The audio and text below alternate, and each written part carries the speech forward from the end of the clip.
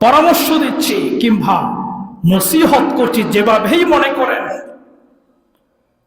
অনুরোধ করে বলছি, বাবারে আমার, আল্লাহর ওয়াস্তে বলছি, রাত্রিবেলা ঘুমানোর পূর্বে এই কথাগুলো একবার চিন্তা করবেন। একবার চিন্তা করে দেখবেন আমি আমার রবের সামনে দাঁড়ানোর যোগ্যতা আমি নিতে পারলাম কিনা। একবার চিন্তা করবেন।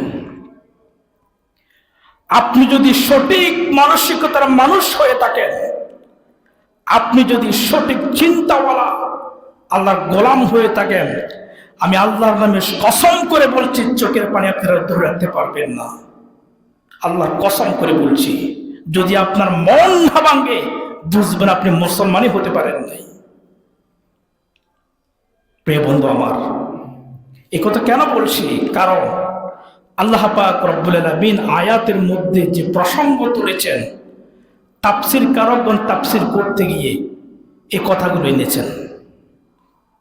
তারা বলতে লাগলেন, গত জুমার আয়াতের অনুবাদ আজকে করব না, আমি সরাসরি আলোচনার ভিতরে ঢুকে যাচ্ছি। আল্লাহ পাক রব্বুল আলামিন যখন আমাকে আপনাকে পৃথিবীর সমস্ত মানুষগুলোকে এক জায়গায় দাঁড় করে যখন প্রশ্ন করেছিলেন, আলাস্তু বিরাব্বিকুম, আমি কি তোমাদের প্রভু? সেই দিন সকলে একসাথে উচ্চার দিয়েছিলাম, ক্বালু বালা, হ্যাঁ মাবুদ, তুমি হলো আমাদের একমাত্র প্রভু। আল্লাহ পাক কিন্তু আমাদেরকে সেদিন শিখাই দেন নাই, নিজেরাই বলেছিলাম। আল্লাহ পাক বলছেন, বান্দা দেখো, আমাকে রব হিসেবে তোমরা নিজেরাই স্বীকার করে নিলে, তাহলে তোমাদের কাছ থেকে দুইটা ওয়াদা আমি নেব, পক্ষান্তরে একটা ওয়াদা আমি তোমাদেরকে দেব। এক নাম্বার ওয়াদা হলো, প্রথমত দুনিয়াতে গিয়ে আমি রবের ইবাদত করবে, আমার সাথে কাউকে শরীক করতে পারবে না। দুই নাম্বার ওয়াদা হলো, আমি যে দুইটা ওয়াদা যদি তোমরা পালন করো, পক্ষান্তরে দুনিয়ার রিজিকের জিম্মেদার আমি রব্বুল আলামিন নিয়ে নিলাম। সুবহানাল্লাহ। এবার দুনিয়াতে আমরা চলে আসলাম। অনেকে এসে দুনিয়া থেকে চলে গেছেন, এবার আমরা সে দুনিয়াতে কিন্তু থাকতে পারবো না। আপনার বাবা চলে গেছেন, দাদা চলে গেছেন, 14 গোষ্ঠী চলে গেছেন। এক সময় আপনি চলে যাবেন, আপনার সন্তান চলে যাবে। কিন্তু দুনিয়াতে আসার পরে রবের সে ওয়াদা কি পালন করলাম, এই ওয়াদা পালনের প্রশ্নগুলো রব্বুল আলামিন আপনাকে আমাকে করে দিবে। প্রস্তুতি কেমন?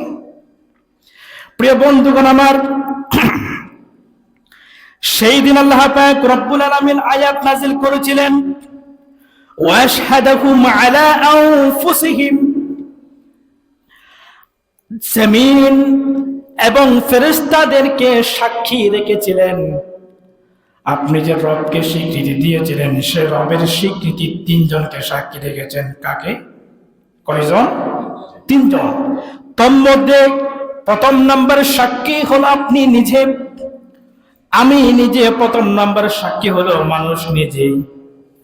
2 নম্বরের সাক্ষী হলো ফেরেশতারা। 3 নম্বরের সাক্ষী হলো আসমান এবং জমিন। সুবহানাল্লাহ। কথা বুঝেন? এগুলা কথা বুঝতেছেন? প্রথম নম্বরের সাক্ষীর কথা বলি, আপনি নিজে। প্রথম নম্বরের সাক্ষী আপনি নিজে। নিজের বেলায় তো মৃত্যু বলতে পারবেন, কারণ আমরা মানুষ জাতি সব সময় নিজেকে বাঁচানোর চিন্তা করে, স্বার্থপরের মতো। এরপরে ফেরেশতাদেরকে আল্লাহ পাক প্রশ্ন করবেন। এবার প্রশ্ন করি আপনাকে, সেই ফেরেশতাদের মধ্য থেকে আপনার পিছনে ফেরেশতা নিয়োজিত আছে কিনা? কয়জন? কিরামান কাতিবিনা ইয়ামালুনা মা তাফআলুন। 2 জন ফেরেশতা আপনার পিছনে লাগিয়ে দিয়েছেন আল্লাহ। এরপরে আপনি যা করছেন সবগুলো ওই দুজন ফেরেশতা লিখে দিচ্ছে। আপনার কি মনে হয় এই দুজন ফেরেশতা সেই দিন কি এগুলো উত্থাপন করবে না, আল্লাহকে দিবে না? শুধু তো এগুলোই দেখলেন, ফেরেশতা আরো আছে, হয়তো তারা লেখার দায়িত্ব নেই কিন্তু দেখছে। কিন্তু কি, যেমন আমি আপনাকে একটা প্রশ্ন করি, সহজ উত্তর দিবেন। আপনি যখন রাত্রে ঘুমান, আপনার খাটের মধ্যে পিঁপড়া আছে না নাই? অনেকের খাটের মধ্যে, বিছনার মধ্যে সারপোকা পাওয়া যায়, ওরস। কোনদিন শুনেছেন এই সারপোকা, পিঁপড়া আপনার নাকের মধ্যে ঢুকে গেছে? কথা বলে না। কানে ঢুকছে না। একটা মশা উড়ে চলে যাচ্ছে, কোন ক্রমে যদি সে আপনার নাকে ঢুকে যায়, তার যুদ্ধ শুরু হয়ে যায়, কেমনে বের হবে? ঠিক কিনা? কোন কারণে যদি একটা পিঁপড়া মশা কানে ঢুকে পড়ে, তার যুদ্ধ শুরু হয়ে যায়, সে কেমনে বের হয়ে পড়বে? আপনাকে প্রশ্ন করি কেন? কারণ আপনার এই 2 ফোঁটা নাকের সামনে আল্লাহ পাক একজন ফেরেশতা পাহারাদার রেখেছেন। আপনার চোখের সামনে পাহারাদার রেখেছেন, কানের সামনে রেখেছেন, মুখের সামনে রেখেছেন। এই পুরো বডির জন্য আল্লাহ পাক আরেকজন ফেরেশতা রেখেছেন। এরকম প্রায় 19 জন ফেরেশতা আপনার বডিগার্ড হিসেবে কাজ করছে। সুবহানাল্লাহ পড়েন। সার্বক্ষণিক আপনার সাথেই থাকে তারা। তাও এই জন্য আপনি আপনার বডিগার্ডকে দেখতে পাচ্ছেন না, কিন্তু মশা দেখতে পাই। এই জন্য বিভিন্ন পোকামাকড়, বিভিন্ন প্রাণীগুলো যখন আপনার চোখের সামনে, কানের সামনে চলে আসি, পাহারাদার লাঠি দেখেছে পালায়, দৌড়ায়। কথা বুঝতেছেন? তাহলে ওয়াতাকাফফালাল আরদ, আল্লাহ পাক যে বলেছিলেন আমি তোমাদের দুনিয়াতে রিজিকের জিম্মাদার নেব, এই যে পাহারাদার দিয়ে রেখেছেন, জবাব আপনি দিতে পারবেন? আমার বন্ধু বুঝেন ভালো করে, আমি অন্তরের খোরাক দিচ্ছি, আপনাকে চিন্তার বস্তা দিচ্ছি আমি। আসেন এবার। এরপরে আল্লাহ পাক বলছেন, তাহলে 2-3 সাক্ষী, 1 নম্বরে নিজে, 2 নম্বরে সাক্ষী ফেরেশতা, 3 নম্বরে সাক্ষী কে? আসমান এবং জমিন। আসমান তো অনেক উপরে, আসমানের কথা বাদ দিলাম। জমিন আমাদের থেকে দূরে না কাছে? কথা বলেন, কত কাছে? একদম কাছে। ওটার উপরেই তো বসে আছেন, ওটার উপরেই তো বসে আছেন। আস্তে জমিন কোনো কথা বলে না, কিন্তু কোরআনে বলা হচ্ছে জমিন একদিন কথা বলবে। জমিন কি কথা বলবে? কোন দিন? প্রিয় বন্ধুগণ আমার, আল্লাহ পাক রব্বুল আলামিন কোরআনের মধ্যে বলছেন, সূরাতুল জিলজাল, ইয়াউমাইযিন তুহাদ্দিসু আখবারাহা বিআন্না রাব্বাকা আওহা লাহা। আল্লাহ পাক কোরআনের মধ্যে বলে দিচ্ছেন, বান্দা শোনো, এই যে জমিনের উপরে তুমি অপরাধ করছো, আমার বিরোধিতা করছো, আমার নবীর বিরোধিতা করছো, আমার নবীয়তের বিরোধিতা করছো, যা করছো, প্রথমে 2 সাক্ষীর কথা বলে দিলেন, এরপরে 3 নম্বর সাক্ষী নিয়ে কোরআনের মধ্যে আয়াত নাযিল করে দিলেন। ওই জমিন তার পেটের মধ্য থেকে, তার মুখের মধ্য থেকে সমস্ত তথ্য আপনার বিরুদ্ধে বের করে দিবে।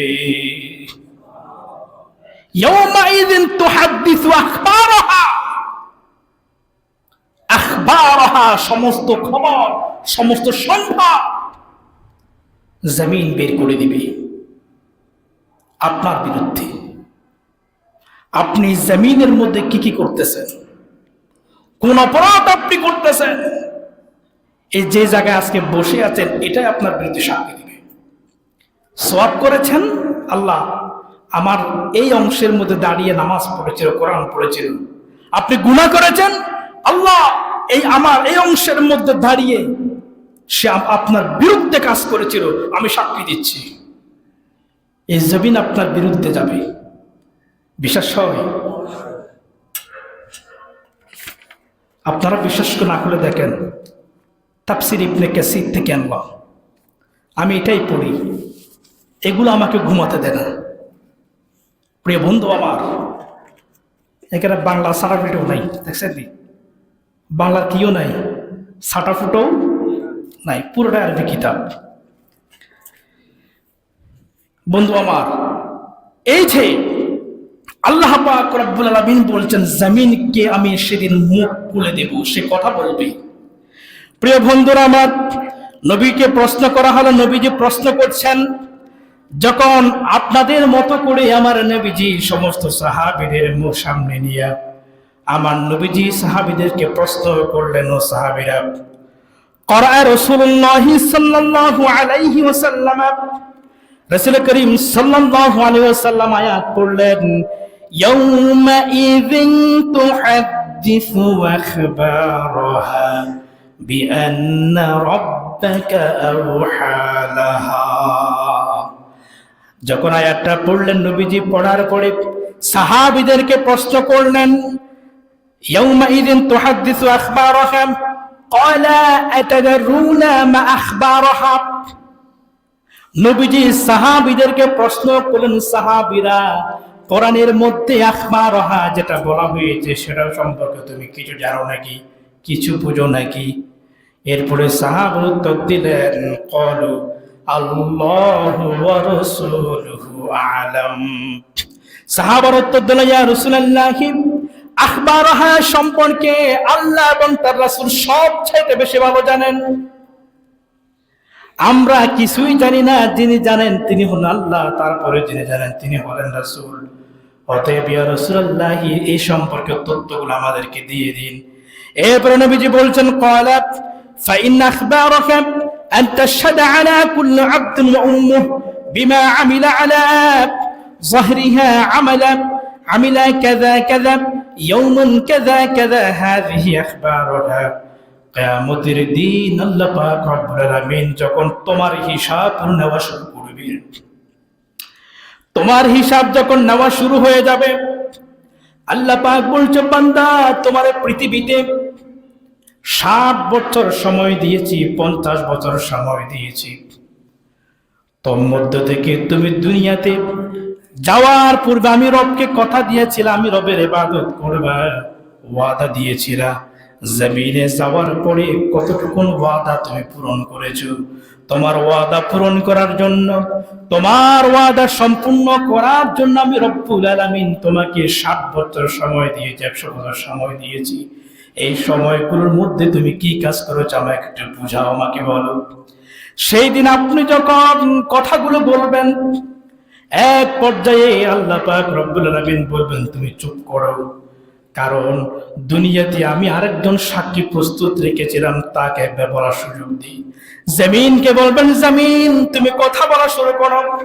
এই যে আপনি যে ঘরের মধ্যে বসবাস করছেন, যেই জায়গায় গিয়ে আপনি কাজ করছেন, যেই মসজিদে আপনি বসে আছেন, যেই রাস্তা দিয়ে আপনি হাঁটতেছেন, যেই জায়গায় দাঁড়িয়ে আল্লাহর বিরুদ্ধে কথা বলছেন, যেই জায়গার সামনে দাঁড়িয়ে নবীর বিরুদ্ধে কথা বলছেন, যেই জায়গার সামনে দাঁড়িয়ে, যেই জায়গার উপরে দাঁড়িয়ে ভালো মানুষের বিরুদ্ধে কথা বলছেন, ওই জমিনের মুখগুলো খুলে গিয়ে পাটপাট করে সব বলে দিবে। আপনি সেদিন হা করে শুধু তাকিয়ে তারা ছাড়া আর কোনো উপায় থাকবে না, কোনো উপায় নাই। আপনি চিন্তা করবেন, জমিন কোনোদিন দেখি নাই তাকে কিছু বলতে, এত অত্যাচার করেছে কিছুই বলে না, আর আজকে সেই জমিন আমার বিরুদ্ধে কথা বলছে, কি করি এটা? কোরআন বলছেন, ইয়াউমা ইযিন তুহাদ্দিসু আখবারাহা, জমিন সেদিন সমস্ত কথাগুলো বের করে দিবে, সব ওপেন করে দিবে, কিচ্ছু গোপন রাখবে না। প্রস্তুতি আছে আপনার? আজকে আপনার অন্তর কাঁপে না, আপনার দিল কাঁপে না, যা ইচ্ছা তাই করে যাচ্ছেন, যেমন ইচ্ছা তেমন করে যাচ্ছেন। নিজের নফসকে একবার প্রশ্ন করে নেও, নফস, আল্লাহর সামনে তো দাঁড়াতে হবে, নাকি বাঁচার সুযোগ আছে? কথা বলেন, আছে? নবীজি হাদিসের মধ্যে বলেছেন, বাইবা কেমন হবে? قال رسول الله صلى الله عليه وسلم ما منكم من أحد إلا سيكلمه ربه ليس بينه وبينه ترجمان ولا حجاب يحجبه নবীজি বলতে লাগলেন, আমার রাসূল বলছেন, হাসরের ময়দানে আল্লাহ পাক রব্বুল আলামিন বান্দার সামনে ভাইভা নিবেন, ডাইরেক্ট প্রশ্ন উত্তর নিবেন। কিরকম? বান্দা, তোমাকে যে সময় দিয়েছি, এই সময় তুমি কোন কাজে কিভাবে অতিবাহিত করেছো আমাকে বুঝাও, আমাকে উত্তর দাও। বলছেন, এই ভাইভা নেওয়ার সময় আল্লাহ এবং আপনার সামনে কোনো পর্দা থাকবে না। বুঝেন? পর্দা তার মানে কোনো মাঝখানে কোনো কিছু, তার মানে কি বুঝায়? আল্লাহর সামনে আপনি, আপনার সামনে আল্লাহকে চিনেন তো? কি আমাদের দেশের সরকার ডক্টর ইউনূস? আচ্ছা, আপনাকে যদি এখন ডিবি পুলিশের সামনে দাঁড় করাই দিই, কি করবেন? উনি আপনার জীবন বৃত্তান্ত, আপনার অপরাধ সম্পর্কে উনি ইন্টারোগেট করবেন, না বলে ডিম তেরাফি দেবেন, আপনি থাকতে পারবেন? যদি আপনাকে ডিবি গ্রেপ্তার করেছে কথা শুনতে পায়, আপনি তো ওই জায়গায় হাত ফিল। ডিবি বড় না আল্লাহ বড়? কে বড়? আপনার পুরো বোর্ডের মধ্যে, সময়ের মধ্যে, রিজিকের মধ্যে ডিবির কি অবদান আছে আমরা বুঝান তো? কোন অবদান আছে? ডিবি আপনাকে কোনোদিন একটা গ্লাস পানি দিয়েছিল? ডিবি আপনাকে কিছুই দেয় নাই, সরকার আপনাকে কিছুই দেয় নাই, এরপরও তার প্রশ্নের সম্মুখীন হলে পড়ে আপনার অবস্থা খারাপ। যেই রব আপনাকে সব দিয়েছে, সব কিছু দিয়েছে, এ রবের প্রশ্ন আরো কত কঠিন হতে পারে চিন্তা করে দেখুন। প্রিয় বন্ধু আমার, আল্লাহ পাক রব্বুল আলামিন আরো কি কাজ করবেন দেখেন। কোরআন মাজিদের মধ্যে আল্লাহ পাক রব্বুল আলামিন যে আয়াত নাজিল করেছেন, তার পক্ষে গিয়ে আল্লাহর নবীজি হাদিস বর্ণনা করেছেন। এই হাদিসগুলো যদি বলতে যাও অনেক সময় লাগবে, আমি শুধু দুই-একখান কথা বলছি। আল্লাহ পাক রব্বুল আলামিন বলতে লাগলেন নবীজির মাধ্যমে, ও দুনিয়ার মানুষেরা, তোমরা সাবধান হয়ে যাও। নবীজি বলছেন, দুনিয়ার মানুষেরা তোমরা সাবধান হয়ে যাও। কিসের ব্যাপারে? বলছে জমিনের ব্যাপারে। কারণ তুমি যা করছো সবগুলো রেকর্ড করে নিচ্ছে কে? আল্লাহ। সাক্ষী কে? জমিন। সাক্ষী কে? জমিন। কারণ আল্লাহ পাক রব্বুল আলামিন যখন জমিনকে অর্ডার দিবেন, আপনার সমস্ত তথ্যগুলো সে বের করে দিবে। সেই দিন কোন তথ্য আপনার কাছ থেকে বের হয়ে আসবে আপনি জানেন নাকি? কোরআনের মধ্যে আল্লাহ পাক বলছেন, ইয়াউমাইযিন ইয়াসদুরুন নাসু আশতাতান লিয়ুরাউ আ'মালাহুম। আল্লাহ পাক বলছেন, বান্দারে, সেই দিন আমি রব্বুল আলামিন তোমার আমলনামাগুলো, দুনিয়াতে যা কিছু করলে সমস্ত আমল কিতাবটা, আমলনামা পুরোটা আমি তোমার সামনে ভাবে দেখাই দেব। লিয়ুরাউ আ'মালাহুম, তোমার আমলনামা সবগুলো তোমার সামনে আমি দেখাবো, তুমি নিজেই দেখতে পাবা তুমি সেদিন কি করেছিলে। প্রিয় বন্ধু আমার, প্রশ্ন করি, যদি কোনো জায়গায় চোর চুরি করতে যায়, সিসি ক্যামেরা দেখলে সে যায় নাকি? হ্যাঁ, সিসি ক্যামেরা দেখলে সে মারে? কথা কয় না। সিসি ক্যামেরা দেখলে সে আঘাত করবে? সে এখান চুরি করবে? করবে না। সে সিসি ক্যামেরাকে ফাঁকি দেওয়ার চেষ্টা করবে। এরকম বহু ঘটনার সাক্ষী আমরাও আছি। যে কোনো এক সময় কিছু কুচক্রী মহল আমাকে ছুরিকাঘাত করার জন্য ধরেছিল, কোনোদিন বলি নাই, কিন্তু মহসিন কলেজে একবার আমাকে আটক করেছিল, মোবাইলের মধ্যে ওয়াচ পেয়েছে কারণে। ধরে প্যাচ থেকে ছুরি বের করতেছে। তবে আমাকে যেই জায়গার মধ্যে নিয়ে গেল, উপরে ছিল সিসি ক্যামেরা। সিসি ক্যামেরা চোখ দেখে আবার পাট করে বলে ফেলল। আল্লাহ বাঁচাইছিল সেই দিন। তার মানে দুনিয়ার সিসি ক্যামেরাকে দুনিয়াতে সিসি ক্যামেরাকে দুনিয়ার মানুষরা ভয় পাচ্ছে, আল্লাহ পাক যে সিসি ক্যামেরা রাখলো এটা আপনি কোনোদিন কল্পনাও করেন নাই। আল্লাহ পাক বলছেন তোমার আমল নামা সেই দিন আমি তোমাকে স্পষ্ট আকারে দেখাবো, সেদিন দেখাবো, তুমি নিজেই দেখতে পাবা। তখন তুমি হতাশ করে বলবে এটাও বাদ পড়ে নাই। ফামান ইয়ামাল মিসকালা যাররাতিন খায়রান ইয়ারা ওয়া মান ইয়ামাল মিসকালা যাররাতিন শাররান ইয়ারা। সেই দিন আপনার আমল নামার মধ্যে, আমলের মধ্যে যাররা পরিমাণ যে গুনাহ, যে সওয়াব থাকবে, এটাও কিন্তু আমল নামা থেকে বাদ পড়বে না। সেদিন এটা স্পষ্ট আকারে দেখতে পাওয়া যাবে। সেদিন আপনি বলবেন এটাও বাদ পড়ে নাই। যাররা বুঝেন, যার চাইতে ছোট আর কিছুই, ছোটের মধ্যে সর্বনিম্ন স্তর যেটা, এটাকে যাররা বলা হয়। এই যাররা পরিমাণ কোন আমল ভালো যদি হয়ে থাকে সেটাও দেখবেন, খারাপ হলে সেটাও দেখবেন, বাদ পড়বে না। সেদিন আপনি আফসোস করবেন। প্রিয় বন্ধু আমার, আমি কথা সংক্ষিপ্ত করছি। কোরআনের মধ্যে আল্লাহ পাক বলছেন ওয়া কুল্লু সাগীরিন ওয়া কাবীরিন মুস্তাতর। আল্লাহ পাক বলছেন বান্দারে, দুনিয়ার মধ্যে বড় আমল কিংবা ছোট আমল করো না করো, সবগুলো আমার ফেরেশতার মাধ্যমে রেকর্ড করে নিচ্ছি। সুবহানাল্লাহ, সবগুলো আমি আল্লাহ রেকর্ড করে নিচ্ছি। অতএব বাঁচার কোনো সুযোগ নাই। প্রিয় বন্ধু আমার, এজন্য আপনাকে সবসময় ভাবতে হবে, চিন্তা করতে হবে। আমি যে কথাগুলো বললাম বিশ্বাস হয় নাকি সন্দেহ আছে? সন্দেহ যদি থাকে, দুইটা ঠিকানা আপনাকে দিচ্ছি। 1 নম্বর সূরাতুল আরাফ 172 নং আয়াত, 2 নম্বর সূরাতুল জিলজাল আমপারাতে। পৃথিবীর যে কোনো তাফসীর পড়বেন, দেখবেন তারা কি লিখছে এখানে। প্রত্যেক তাফসীরের মধ্যে হাদিস দেওয়া হয়েছে, পড়বেন। এখন বাংলা পাওয়া যায়, পড়বেন। আমাদের একটা মূল সমস্যা হচ্ছে আমরা পড়ি না, আমরা নিজেরা পড়ি না। এই জন্য আমরা সহজে গোমরা হই। যদি পড়তাম, কথা বলেন, যদি পড়তাম গোমরা হতাম না। আমার কথা বিশ্বাস করার দরকার নাই, আপনি আল্লাহর কিতাবকে বিশ্বাস করেন, আল্লাহর নবীজির হাদিসকে আপনি বিশ্বাস করেন। এই দুইটা জিনিসকে বিশ্বাস করলে, মানলে, পৃথিবীর আর কোনো কিছু লাগবে না।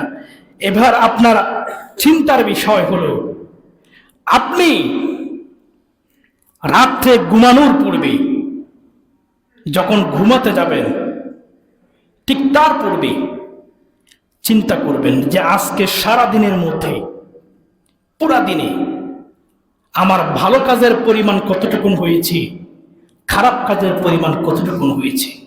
কারণ আজকের দিনের প্রশ্নের সম্মুখীন করবেন কে? আপনার আজকের দিনে প্রশ্ন হবে না? হবে কি না? হবে। তো আজকের দিনে প্রশ্ন, পরীক্ষা যদি যে প্রশ্নটা আসবে সেটা যদি জানতে পারেন, প্রস্তুতি নেবেন না? কথা বলেন, নিবেন কিনা? তো আল্লাহ যে প্রশ্ন করবেন, এটার প্রস্তুতি আপনাকে নিতে হবে না? এবার আপনি নিবেন যে আজকের দিনের হিসাবে আমি কি জান্নাতি না জাহান্নামী। এটা আল্লাহ নবীজি বলেছেন, হাসিবু ক্বাবলা আন তুহাসিবু। তুমি নিজের আমল নামার হিসাব নিজেই করো, আল্লাহ হিসাব করার আগে। বুঝেন নাই? নিজের হিসাব নিজেই করো। কে হিসাব করার আগে? আল্লাহ হিসাব করার আগে। এবার আপনি হিসাব করতে পারলেন কিনা? প্রিয় বন্ধু আমার, এবার দুনিয়াতে আপনি যখন আমল করবেন, আপনাকে ভাবতে হবে, আমার এই আমলগুলো রেকর্ড করছেন আল্লাহ, রেকর্ড করছেন জমিন, রেকর্ড করছে ফেরেশতারা, এবং এই সব কিছুর প্রশ্নের উত্তর আমাকে দিতে হবে। এটা 24টি ঘন্টা আপনার মাথায় রাখতে হবে। কোনো কাজ করবেন, এই কাজের জন্য যে কাজ করতেছি, যেটা সমর্থন করছি, যেটাই করছি, এই কাজটা আল্লাহ সন্তুষ্ট হবেন নাকি বেজার হবেন? প্রশ্ন আপনাকে আনতে হবে। আমি যেদিকে যাচ্ছি এটা আল্লাহর পক্ষে যাচ্ছে না বিপক্ষে যাচ্ছে? প্রশ্ন করতে হবে কিনা, চিন্তা করতে হবে কিনা, নাকি দূর দিবেন? মুমিন কখনো চিন্তা ছাড়া দৌড়তে পারে না। এবার নিজের প্রসঙ্গে একটা কথা বলি।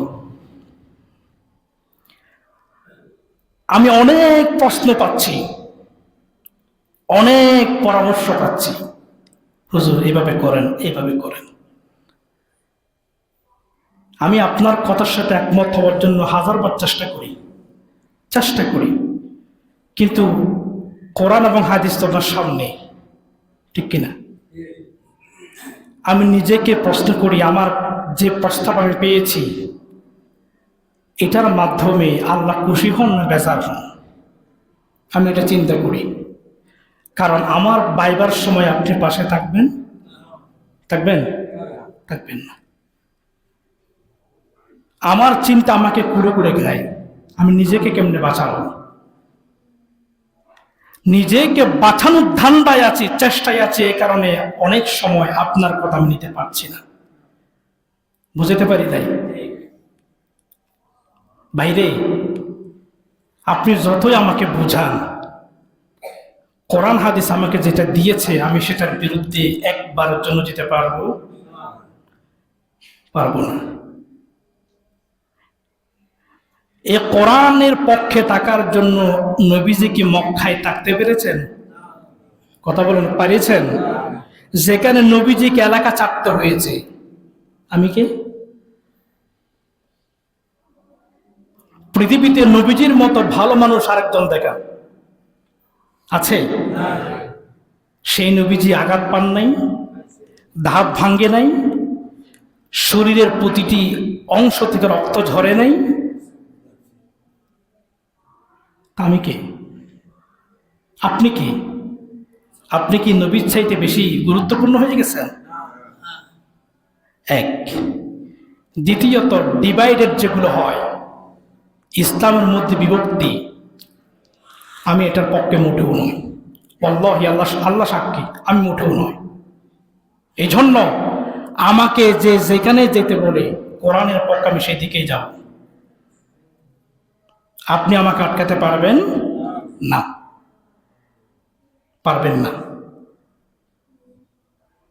কারণ যেই দাওয়াত, যে কোরআনের ডাক, রিসালাতের ডাক যেটা আসছে সেটা আল্লাহর পক্ষ থেকে আসতেছে। আল্লাহর দাওয়াতকে ফিরিয়ে দেওয়া, আল্লাহর আইনকে ফিরিয়ে দেওয়া, এত বড় সাহস আমার এখনো হয় নাই। আমি পারবো না সেটা করতে। প্রয়োজনে যেটাই আসুক সেটাই হবে, এসপার ওসপার যা হওয়ার হোক। আমি আমার কোরআন এবং হাদিস নিয়ে আছি, যতক্ষণ পারবো টিকে থাকবো ইনশাল্লাহ। আল্লাহ যেদিন অর্ডার করবেন সেদিন সিদ্ধান্ত চূড়ান্ত হবে। প্রিয় বন্ধু আমার, আমি বলতেছি আপনাদেরকে, ডিভাইডেড জিনিসটা আমাদের মাঝে থাকতে পারবে না। প্রসঙ্গত বলে রাখি একটা কথা, 3-4 দিন আগে তাবলিগের 2 গ্রুপ মারামারি লাগলো না? কথা বলেন না, লাগছে কিনা? 4 জনকে মেরে ফেলছে। যে 4 জন মানুষ মারা গেছে তারা কি কাফের না মুসলমান? হ্যাঁ, মুসলমান। একজন মুসলমান আরেকজন মুসলমানকে আঘাত করে মেরে ফেললো। ক্ষতিটা কার হয়েছে? কাফেরের কিছু হয়েছে? এরা বসে বসে তামাশা দেখতেছে।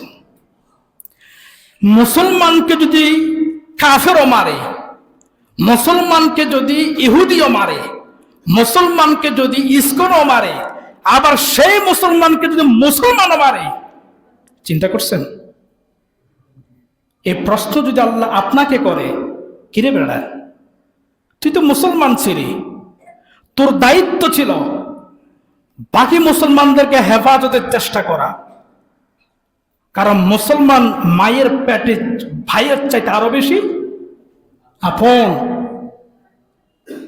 তোর দায়িত্ব ছিল যে মুসলমানগুলোকে আঘাত করা হচ্ছে, কাফের বেঈমানরা, তাদেরকে সেফ করা। তুই তো সেটা করলেই না, উল্টা তোর ভাইকে তুই মেরে দিলি। আর আমার মুসলমান সমস্ত মুসলমানকে ভাই, এগুলাকে রক্ষা করার জন্য আপনার অবদান কি ছিল, আমার অবদান কি ছিল, এ প্রশ্ন আসবে। এবার আপনি বুঝান, আপনি যদি চিন্তা করেন যে পৃথিবীতে যতগুলো মানুষ মুসলমান হিসেবে আছে, সব মুসলমানকে সেভ করার দায়িত্ব আমারও আছে। যতটুকু শক্তি সামর্থ্য আছে এটার ভিতরে অন্তত পক্ষে দলাদলি যে করতে হবে না, এটাই তো আপনার বড় দায়িত্ব। আপনি করেছেন না? এটা ওয়াহাবি, এটা সুন্নি, এটা জামাতি তাবলীগ। আজকে একটু কথাগুলো আপনার বিরুদ্ধে যাচ্ছে আমি জানি, কিন্তু কিছু করার নাই, কারণ আমাকে এই ডিভাইডের প্রশ্নগুলো আমাকে কুড়ে কুড়ে খায়। আমি পারি না আপনার মতো করে দলাদলি করতে, আমি পারি না, কারণ আমার সামনে কোরআন এবং হাদিস দাঁড়িয়ে আছে, আমার সামনে আমার রব দাঁড়িয়ে আছে, আমার নবী যে আপনার সামনে দাঁড়িয়ে আছে, তারা আমাকে প্রশ্ন করে, তুই আগে জবাব রেডি কর, তারপর তুই ওদিকে যাবি। আল্লাহি আল্লাহ সাক্ষী, এগুলো চিন্তা করি বিধায় আমি দলাদলি করতে পারি না। পৃথিবীর কোন আলেম দলাদলি করতে পারে না। আমি সময় যদি আরেকদিন পাই আপনাদেরকে বোঝাবো এই পৃথিবীতে দল কেন লাগবে, অর্থাৎ আমার দেশের মধ্যে যেগুলো ডিভাইডেড হয়ে আছে এগুলো দরকার আছে, কেন লাগবে সেটা একদিন বোঝাবো। মাযহাবের সৃষ্টি কেন হয়েছে সেটাও বোঝাবো, সহজ ভাষা আপনাদেরকে একদিন বুঝাবো আমি। আজকে সময় নেই, তার বলছি না। আল্লাহ পাক আমাদের সকল